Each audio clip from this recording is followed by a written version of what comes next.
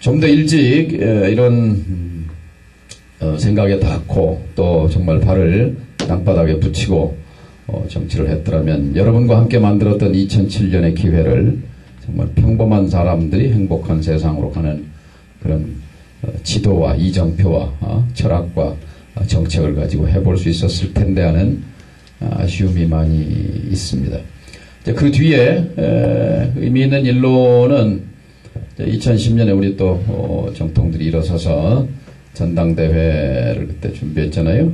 물론 당대표가 되진 못했지만 그러나 머릿수로 하면 아마 1등이었어요. 머릿수로 하면. 근데 또 이제 지역 환산 이렇게 하는 바람에 1등 자리를 놓쳤지만 그것보다 더 중요한 것은 대표가 되지는 못했지만 당의 방향을 세웠다는 것은 굉장히 의미가 있지요. 그러니까 당시 민주당의 당헌 2조 민주당의 목적을 민주주의, 인권, 평화에서 만장일치로 대표 발의를 해서 당헌 개정안 어떻게 바뀌었냐. 민주당의 목적은 민주주의, 인권, 평화 그리고 보편적 복지를 목적으로 한다.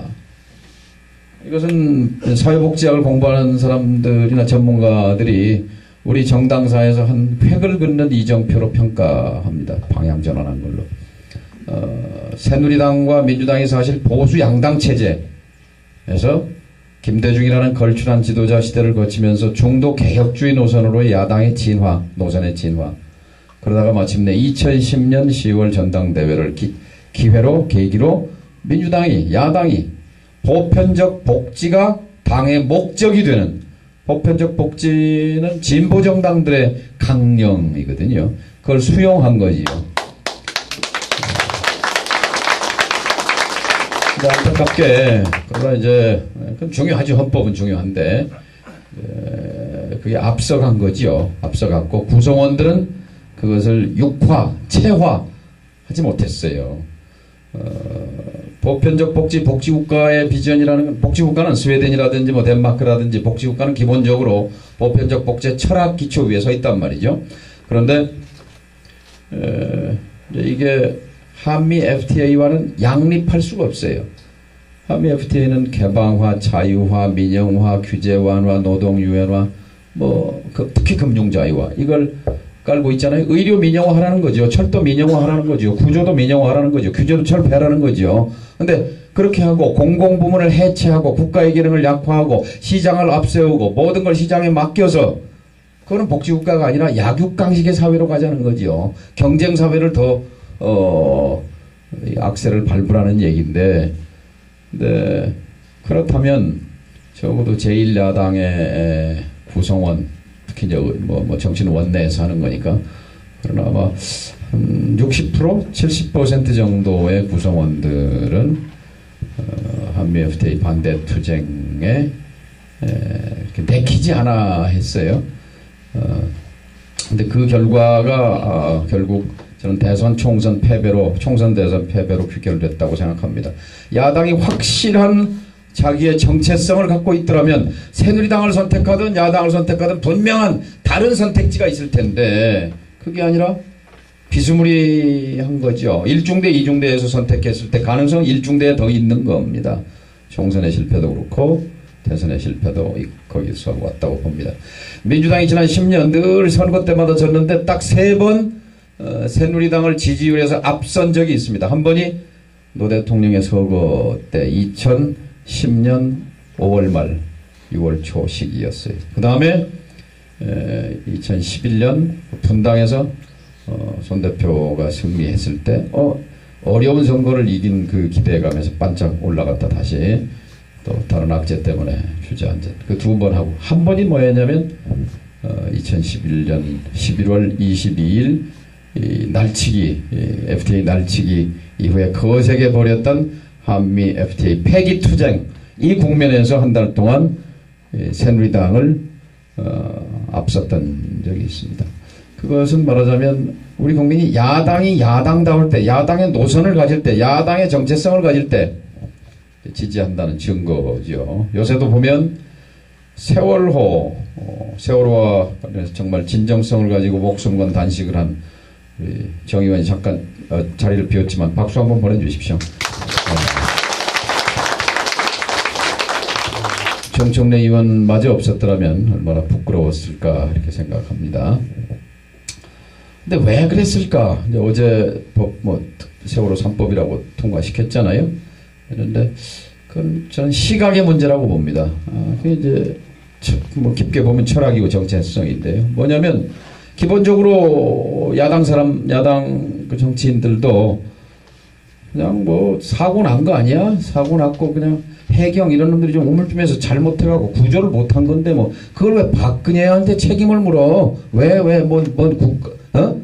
이런 이 정부 여당의 인식과 민주당의 인식이 같은 거예요. 그건 뭐냐? 너는 누구냐? 정체성. 정말 평범한 사람들이 행복한 세상을 염원하는 그런 정체성 노선을 갖고 있느냐 아니냐? 바로 이 정체성이 흐릿하기 때문에 그 사안을 보는 시각도 비슷한 거예요. 근데 사실 9.11 테러 이후에 미국이 바뀌었습니다.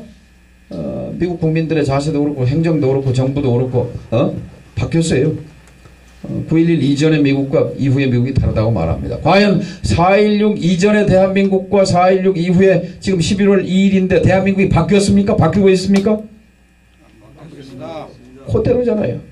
이제 그만해라 라는 것이 많다고 그러는데 또 조사를 해보면 여론조사 해보면 세월호의 진실이 밝혀지지 않았다 55%, 이제 그만해라 피곤하다 40%, 그 다음에 세월호 뉴스에 여전히 관심이 있다 58%, 그러면 피곤하다 이제 그만해라 경제 장사도 안 된다 40%, 이건 누가 확실하게 대변하는 세력이 있잖아요. 누굽니까? 정부 여당 새누리당이 확실하게 대변해요. 그런데 55% 진실이 밝혀지지 않았다. 그리고 여전히 이 진실에 목마르다 58%. 이건 누가 대변합니까? 누가 대변해야 합니까? 야당이 확실하게 내 자식이 수장됐다는 그런 아픔을 가지고 이 문제에 덤볐다면, 끈질기게 지금 가고 있다면 지지율은 역전됐을 겁니다. 야당은 확실한 대안으로 됐을 겁니다. 다음 총선이고 대선이고. 그렇지 않겠어요? 정체성. 이제 말씀이 이제 쭉 다음까지 얘기가 왔는데 결국 뭐냐? 우리가 갖고 있는 이 깃발, 오랫동안 접어서 차곡차곡 접어서 어디 창고에 넣어놓았기 때문에 그 주름살이 깊어져 있습니다만, 저기에 새겨진 평범한 사람들이 행복한 세상을 위한 자발적인 정치 공동체라는 우리의 꿈과 우리의 이상과 우리의 정체성은 역사 속에서 정당하고 우리가 가야 할 길이고, 그리고 역사 속에서 정당할 뿐만이 아니라 우리는 현실에서도 승리할 수 있는 가장 강력한 무기 정체성을 갖고 있다. 저는 그렇게 믿습니다. 여기까지 할까요? 질의응답하고 토크쇼를 원래 하게 돼요. 그래요. 그래, 아무튼 다시 한번 우리 한번 읽어봅시다. 제가 선창을 할 테니까 따라 한번 하세요. 평범한 사람들이 행복한 세상을 꿈꾸는